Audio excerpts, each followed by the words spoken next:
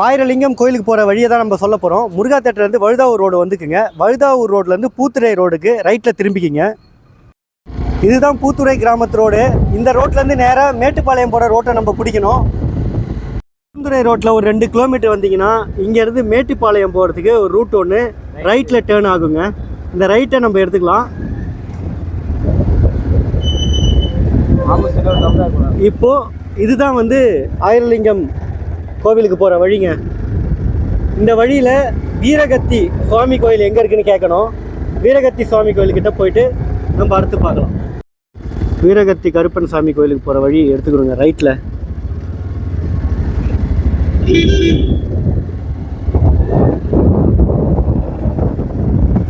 பார்க்க போனால் ரோடு இருக்காது, மண் ரோடு மாதிரி தான் போகும். இது உள்ளே போகணுங்க. அங்கேருந்து நீங்கள் யாருக்கிட்ட கேட்டாலும் வீரகத்தி கருப்பன் சாமி கோயில் ரூட்டு கேட்டாலே சொல்லுவாங்க. இதுதான் வீரகத்தி வனக்கருப்பன் கோயில் சாமிக்கு போகிற வழி. இது வந்து லெஃப்ட் சைடு. நம்ம போக வேண்டியது இந்த ஒத்தடி பாதை மாதிரி இருக்கு இல்லையா, இந்த வழி தாங்க நேராக போகணும். இங்கேருந்து கிட்டத்தட்ட ஒரு 1 கிலோமீட்டர் போகணும்.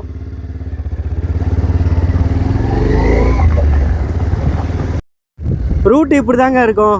ஏதோ காட்டுக்குள்ளே போகிற மாதிரி இருக்கும். நீங்கள் வந்து ரூட்டு இல்லைன்னு சொல்லிட்டு திரும்பிடாதீங்க. நம்ம நேராக போகணும்.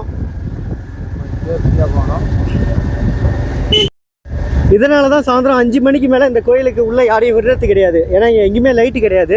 இந்த ஒத்தடி பாதை மாதிரி இருக்க காட்டுக்குள்ளே தான் அந்த கோயிலுக்கு நம்ம போகணும்.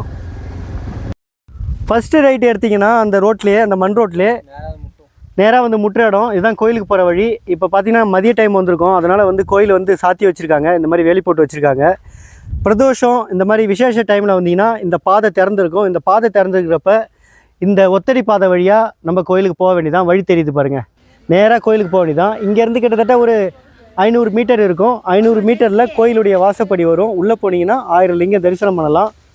மீண்டும் ஒரு நாள் வந்து நம்ம அந்த கோவில் எப்படி உருவாச்சு, லிங்கங்கள் எப்படி இங்கே கொண்டு வரப்பட்டதுன்ற வீடியோவை பார்க்கலாம். கோவிலுக்குள்ளே போய் காட்டுறதுக்கு வந்து முடியலைங்க. ஏன்னா வந்து கோவில் வந்து வேலி போட்டு சாத்தி வச்சுருக்காங்க. விசேஷ நாளில் மட்டும்தான் உள்ளே விடுவாங்க போல். அன்றைக்கி நாங்கள் வரக்குள்ளே பிரதோஷமாக இருந்துச்சு. உள்ளே போய் பார்த்துட்டோம்.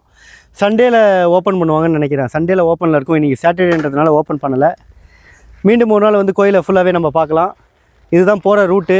இது வந்து ஒரு மேப்பால் சொல்ல முடியாது. அதனால் கரெக்டாக வீடியோ எடுத்து நான் உங்களுக்கு காமிச்சிட்டோம். மீண்டும் அழகான ஒரு பதிவில் சந்திக்கலாம். வாழ்க தமிழ், வளர்க விவசாயம்.